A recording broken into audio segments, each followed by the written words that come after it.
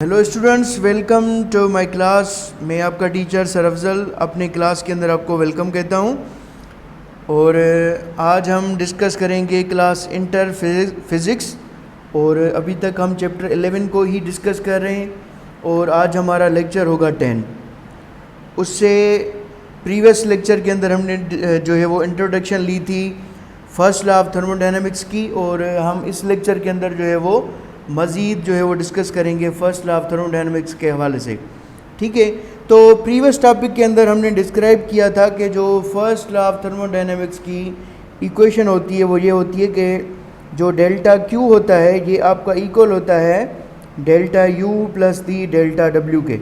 ठीक है, अब यहाँ पे जो आपका डेल्टा क्यू है ये रिप्रेजेंट करता है हीट को, कि सिस्टम के अंदर जो है वो कितनी हीट है। ठीक है, और डेल्टा यू रिप्रेजेंट करता है इंटरनल एनर्जी को, कि सिस्टम के अंदर जो है वो इंटरनल एनर्जी कितनी है। एंड डेल्टा डब्ल्यू जो है ये रिप्रेजेंट करता है अमाउंट ऑफ वर्क को, कि सिस्टम जो है वो कितना वर्क परफॉर्म कर रहा है। ठीक है, अगर हम तीनों क्वांटिटीज़ की बात करें, डेल्टा क्यू या डेल्टा यू और उसके साथ साथ डेल्टा डब्ल्यू, तो ये तीनों क्वांटिटीज़ एनर्जी से जो है वो क्या है, रिलेटेड हैं। तो हम इनको जो है वो जॉल्स में मेजर करते हैं।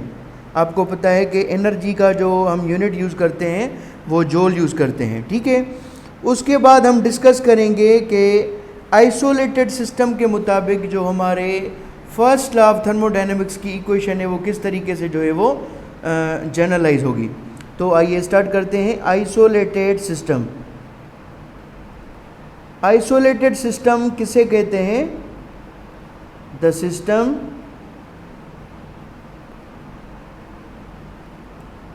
इन which the heat does not flow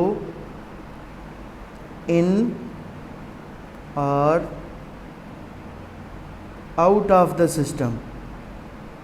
ठीक है, आइसोलेटेड सिस्टम हमारा एक ऐसा सिस्टम होता है जिसके अंदर आपकी जो हीट होती है ना तो वो सिस्टम के अंदर दाखिल होती है, और जो सिस्टम के अंदर आपकी हीट होती है ना तो वो सिस्टम से सराउंडिंग की तरफ जो है वो मुंतकिल होती है। मीन्स जो आपकी इंटरनल एनर्जी होती है सिस्टम की वो क्या रहती है, कांस्टेंट रहती है। ठीक है, तो यहाँ पे हम क्या करते हैं, एक कंटेनर बना लेते हैं। सपोज कर लीजिए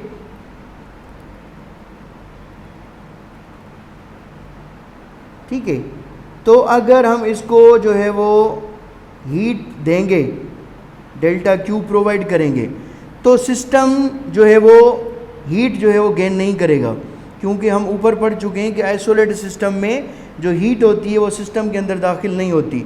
तो अब ये जो सिस्टम है ये वर्क भी परफॉर्म नहीं करेगा, system will not perform the work. तो यहाँ पे आपका जो डेल्टा क्यू का वैल्यू होगा ये भी ज़ीरो होगा, और जो अमाउंट ऑफ वर्क है सिस्टम से जो किया जा रहा है वो भी ज़ीरो है, क्योंकि ना तो हीट आपके सिस्टम के अंदर जा रही है और ना ही आपका सिस्टम जो है वो वर्क परफॉर्म कर रहा है। तो हम इसको मैथमेटिकल जो है वो किस तरीके से लिख सकते हैं, आपको पता है कि फर्स्ट लॉ ऑफ थर्मोडायनेमिक्स के हवाले से हमारी जो इक्वेशन होती है वो ये होती है कि डेल्टा क्यू हमारा इक्वल होता है डेल्टा यू प्लस दी डेल्टा डब्ल्यू। ठीक है, अब आप यहाँ पे देख सकते हैं कि डेल्टा डब्ल्यू आइसोलेटेड सिस्टम के अंदर सिस्टम कोई वर्क परफॉर्म नहीं करता, तो ये क्या होगा, ज़ीरो हो जाएगा, प्लस और डेल्टा यू आप क्या रहेगा, सेम रहेगा, और डेल्टा क्यू की अमाउंट क्या है आपके पास, ज़ीरो है। तो आपकी जो डेल्टा यू है इसकी वैल्यू आ जाएगी ज़ीरो। अब यहाँ पे एक वर्ड है डेल्टा। डेल्टा का मतलब ये होता है कि मीन सिस्टम के अंदर जो इंटरनल एनर्जी है उसमें जो चेंजिंग है वो नहीं हो रही।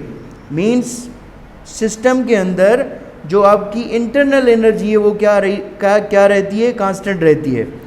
तो हम ऐसे भी लिख सकते हैं कि U2 माइनस U1 इक्वल होगा ज़ीरो के। मीन सिस्टम की जो फाइनल इंटरनल एनर्जी है, अगर हम उसमें से इनिशियल जो है वो इंटरनल एनर्जी को माइनस करेंगे तो आपके पास जो सिस्टम की एनर्जी होगी वो ज़ीरो के इक्वल होगी। ठीक है, उसके बाद हम चलते हैं नेक्स्ट जो है वो स्लाइड के ऊपर, और नेक्स्ट हम डिस्कस करेंगे साइक्लिक प्रोसेस। ठीक है, साइक्लिक प्रोसेस हम किसे कहते हैं, पहले मैं इसकी जो है वो आपको डेफिनेशन बता दूं। साइक्लिक प्रोसेस किसे कहते हैं? The process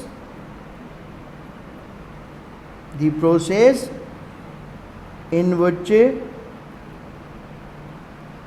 the states of the system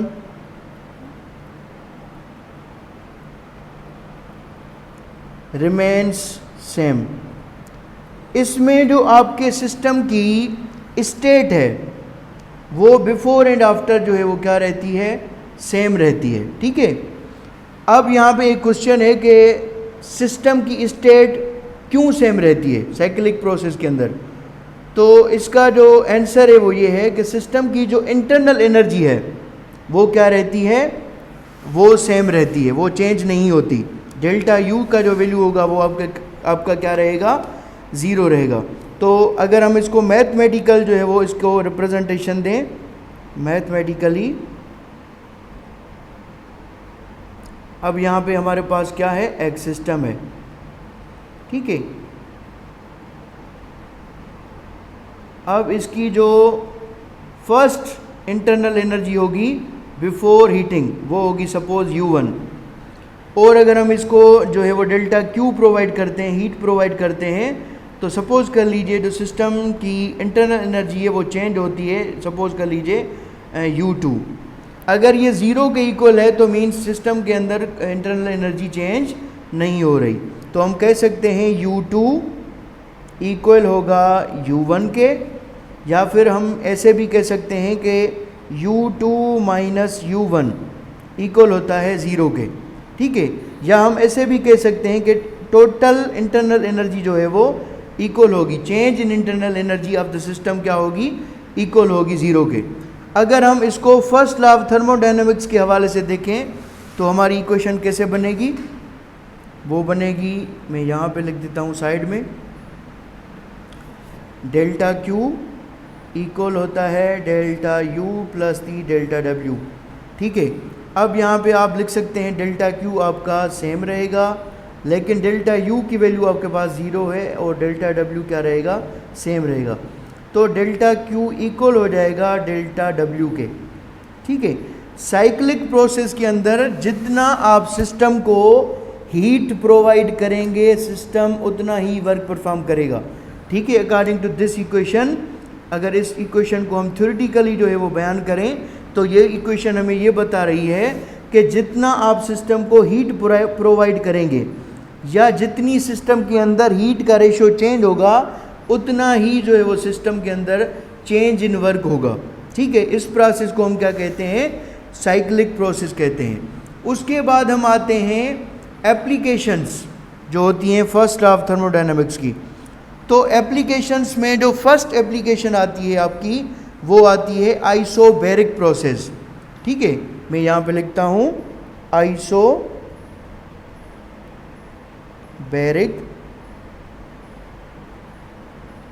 process. ठीक है, आइसोबैरिक प्रोसेस में क्या होता है कि आपके सिस्टम का जो प्रेशर होता है वो कांस्टेंट रहता है। The system pressure remains constant. ठीक है, आपके सिस्टम का प्रेशर क्या रहेगा? कांस्टेंट रहेगा। ठीक है, उसके बाद अगर हम बात करें तो ये जो है वो चार्ल्स लॉ को फॉलो करता है आइसोबैरिक प्रोसेस, क्योंकि आपको पता है कि चार्ल्स लॉ जो होता है वो आपका प्रेशर, कांस्टेंट प्रेशर को जो है वो डिफाइन करता है, चार्ल्स लॉ। ठीक है, तो आइसोबैरिक प्रोसेस को हम चार्ल्स लॉ के हिसाब से क्या कर सकते हैं? डिफाइन कर सकते हैं। ठीक है, अब हम क्या करते हैं? इसका मैथमेटिकल जो है वो रिलेशन प्रूव करते हैं। तो क्या करते हैं? कंसीडर करते हैं एक कंटेनर, ठीक है, इसके अंदर हमने गैस मॉलिक्यूल्स को क्या किया है, सपोज किया है, ठीक है।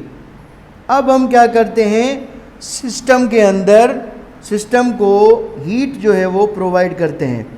तो जब हम सिस्टम को हीट प्रोवाइड करते हैं तो जो सिस्टम का वॉल्यूम है क्या रहेगा, वो भी चेंज होगा, और जो सिस्टम की इंटरनल एनर्जी है वो भी चेंज होगी। तो जो डेल्टा U का वैल्यू होगा वो इक्वल हो जाएगा U2 माइनस U1। जो सिस्टम की पहले एनर्जी होगी वो होगी U1, और जब हम उसको हीट प्रोवाइड करेंगे तो फिर उसकी इंटरनल एनर्जी हो जाएगी U2। इसी तरीके से अगर हम सिस्टम के वॉल्यूम की बात करें तो डेल्टा V आपका इक्वल हो जाएगा V2 माइनस V1, ठीक है। इसमें आपका क्या हो जाएगा कि सिस्टम का जो फर्स्ट वॉल्यूम होगा उसको हम रिप्रेजेंट करते हैं V1 से, और जब हम उसको हीट प्रोवाइड करते हैं तो सिस्टम का वॉल्यूम क्या हो जाएगा, V2, ठीक है। उसके बाद कल हमने जो है वो एक इक्वेशन लिखी थी, अब हम उसको जो है यहाँ पे भी अप्लाई कर रहे हैं। आप पढ़ते हैं कि जो आपका प्रेशर होता है ये इक्वल होता है फोर्स पर एरिया के, ठीक है। अगर हम इससे फोर्स का फार्मूला निकालें तो यहाँ पे 1 होगा, और अब जब आप इसको बाय क्रॉस करवाएंगे, मैं यहाँ पे लिख देता हूँ BCM, बाय क्रॉस मल्टीप्लिकेशन, तो आपका जो फोर्स होगा वो इक्वल हो जाएगा pressure into the area, pressure into the area. उसके बाद आपको पता है कि आपने पढ़ा हुआ है कि जो आपका वर्क होता है, वर्क वो इक्वल होता है F डॉट डी के। वर्क जो होता है आपका, that is the dot product of force into the displacement. अगर यहाँ से इस इक्वेशन से हम फोर्स की वैल्यू निकालें तो आपका फोर्स इक्वल हो जाएगा वर्क बाय द डिस्प्लेसमेंट, ठीक है। अब यहाँ पे कंटेनर में जो है वो आपका डिस्प्लेसमेंट नहीं है, लेकिन आपका जो एक वर्टिकल डायरेक्शन में जो है वो पिस्टन मूव कर रहा है, तो यहाँ पे आपका D जो है वो इक्वल हो जाएगा डेल्टा Y के। तो यहाँ पे आपका F इक्वल हो जाएगा W बाई डेल्टा Y के, ठीक है। अब F की जो वैल्यू है, आप अगर मैं इस इक्वेशन को नंबर 1 जो है वो दे दूँ तो नंबर 1 इक्वेशन के अंदर आप F का वैल्यू पुट कर सकते हैं, ठीक है। तो आप, मैं एक मरतबा फिर इक्वेशन लिख देता हूँ, F is equal to PA, ये आपकी इक्वेशन 1 है। अब मैं इसके अंदर पुट करता हूँ फोर्स का वैल्यू, यहाँ पे जो आपके पास फोर्स की वैल्यू गिवन है, इसके अंदर यहाँ पे क्या करूँगा, पुट करूँगा, तो आपका जो फोर्स है वो इक्वल हो जाएगा, सॉरी मैं यहाँ पे लिखता हूँ, ये इक्वल हो जाएगा W by delta Y equal to PA, ठीक है। अब आपको पता है कि यहाँ पे जो आपका डेल्टा Y है यहाँ पे डिवाइड कर रहा है, उस साइड पे जाएगा तो क्या करेगा, ये आपका मल्टीप्लाई करेगा, तो आपका आ जाएगा W equal to PA delta Y, ठीक है।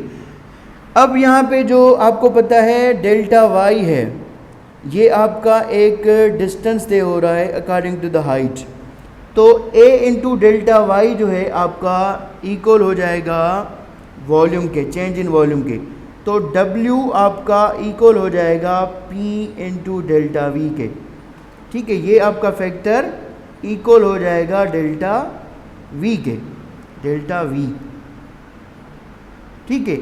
उसके बाद आप अगर देखेंगे तो फर्स्ट में मैंने लिखा हुआ है डेल्टा V आपका इक्वल होता है V2 माइनस V1 के, यहाँ पे आप ये वैल्यू पुट कर सकते हैं, तो आप लिख सकते हैं डेल्टा W आपका इक्वल हो जाएगा pressure into the V2 minus V1, ठीक है। अब ये जो है वैल्यू आपको रिमेंबर करनी है। अब मैं जा रहा हूँ नेक्स्ट जो है वो स्लाइड के ऊपर, ठीक है। ये इक्वेशन आप यहाँ तक रिमेंबर कर लें, ठीक है। अब मैं स्लाइड को चेंज करता हूँ,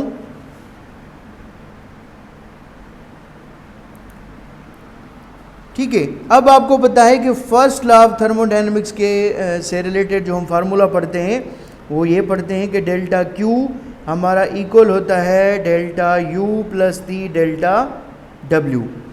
अब प्रीवियस स्लाइड के अंदर हमने जो है वो डेल्टा डब्ल्यू की वैल्यू निकाली थी। डेल्टा डब्ल्यू की अगर आपको वैल्यू याद हो तो वो थी हमारे पास, डेल्टा डब्ल्यू इक्वल था P into V2 minus V1। अब ये वैल्यू आप यहाँ पे डेल्टा डब्ल्यू की जगह पे क्या कर सकते हैं, पुट कर सकते हैं।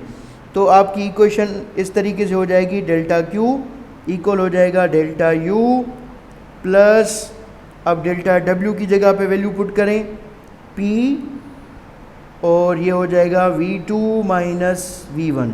इसको आप इस तरीके से भी जो है वो लिख सकते हैं कि आपकी जो इक्वेशन हो जाएगी डेल्टा Q इक्वल हो जाएगी delta U plus P V2 minus V1। ठीक है, तो अकॉर्डिंग टू आइसोबैरिक प्रोसेस, जो आपकी फर्स्ट लॉ ऑफ थर्मोडायनेमिक्स की इक्वेशन बनेगी, जब आपका प्रेशर कांस्टेंट होगा तो आपकी ये इक्वेशन बनेगी। ठीक है, इसको आपको क्या करना है, रिमेंबर करना है। ठीक है, उसके बाद हम चलते हैं नेक्स्ट एप्लीकेशन के ऊपर। तो जो हमारी नेक्स्ट एप्लीकेशन है वो है आइसोकोरिक प्रोसेस के ऊपर। आइसोकोरिक प्रोसेस के अंदर जो आपका वॉल्यूम होता है वो कांस्टेंट रहता है। मैं यहाँ पे नेक्स्ट स्लाइड पे जाता हूँ, अब लिखता हूँ isochoric.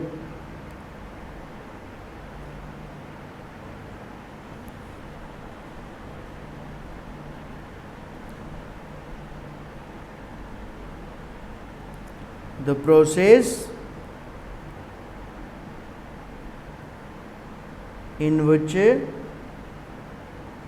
the volume of the system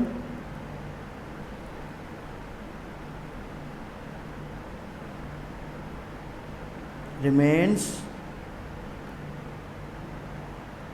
constant। ठीक है, आइसोकोरिक प्रोसेस के अंदर जो आपके सिस्टम का वॉल्यूम होगा वो क्या रहेगा, कांस्टेंट रहेगा। ठीक है, अब यहाँ पे क्या होगा, हम सेम कंडीशन जो हमने अप्लाई की थी आइसोबैरिक के ऊपर, हम इसके ऊपर जो है वो अप्लाई कर सकते हैं।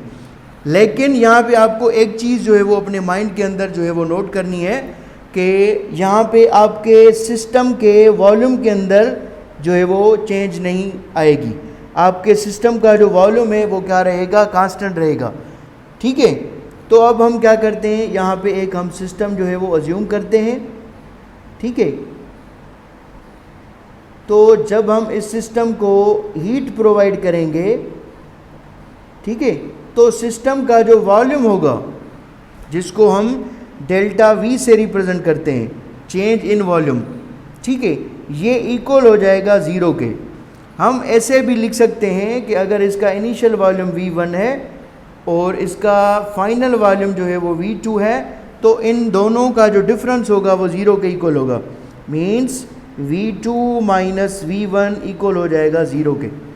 ठीक है, तो अगर हम इक्वेशन को जो है वो रीअरेंज करें, ठीक है, सारी इक्वेशन आपके सामने में सॉल्व कर रहा हूँ, आप इसको नोट कर लें। ठीक है, अब यहाँ तक इस जो है वो टर्म को आप नोट कर लें। ठीक है, अब मैं यहाँ पे जो है वो इक्वेशन को जो है वो ड्राइव कर रहा हूँ, सेम उसी तरीके से जिस तरीके से हमने पिछले जो है वो आइसोबैरिक के अंदर जो है वो इक्वेशन को ड्राइव किया था। ठीक है, अब आपको पता था कि प्रेशर जो था वो आपका इक्वल था फोर्स पर एरिया के, यहाँ पे 1 आता है। अगर आप BCM करवाएं बाय क्रॉस मल्टीप्लिकेशन तो आपका जो फोर्स है वो इक्वल हो जाएगा प्रेशर इनटू द एरिया।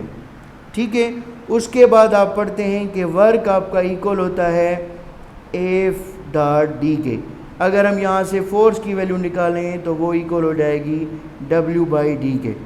अब हम F की जगह पे वैल्यू ये पुट कर सकते हैं, तो हो जाएगा W/D इक्वल टू PA। ठीक है, यहाँ पे जो D है ये डिवाइड कर रहा है, वहाँ पे क्या करेगा, तो लिखेंगे delta W equal to PA और D। ठीक है, अब यहाँ पे आपको पता है कंटेनर में डिस्टेंस नहीं होता, ये आपका हाइट के इक्वल होता है, H के। ठीक है, यहाँ पे आपको इक्वेशन यहाँ तक रिमेंबर करनी है। मैं नेक्स्ट स्लाइड पे जा रहा हूँ। डेल्टा W PAD, और D को हमने इक्वलेंट लिया था H के, ठीक है। मैं फिर यहाँ पे भी लिख देता हूँ, अगर D आपकी इक्वलेंट है H के, तो आपका डेल्टा W क्या हो जाएगा, PAH। और आपको पता है कि एरिया इनटू हाइट इक्वल होता है चेंज इन वॉल्यूम, या फिर आप वॉल्यूम भी लिख सकते हैं, ठीक है। तो डेल्टा W इक्वल हो जाएगा P इंटू डेल्टा V। अगर आपको याद होगा, मैं नेक्स्ट प्रीवियस स्लाइड पे आपको लेके जाता हूँ। अब यहाँ पे आप देख सकते हैं कि जो हमारा डेल्टा V का वैल्यू है, यहाँ पे आप देख सकते हैं, ये मैं इसको इंडिकेट कर रहा हूँ, ये इक्वल है 0 के, ठीक है। तो इस इक्वेशन के अंदर आप इसका वैल्यू क्या पुट करेंगे, ये 0 हो जाएगा। तो डेल्टा V आपकी इक्वल होती है 0 के अंदर, ठीक है। तो आपका डेल्टा W इक्वल हो जाएगा P इंटू 0, ठीक है। तो डेल्टा W क्या हो जाएगा, आपका 0 हो जाएगा।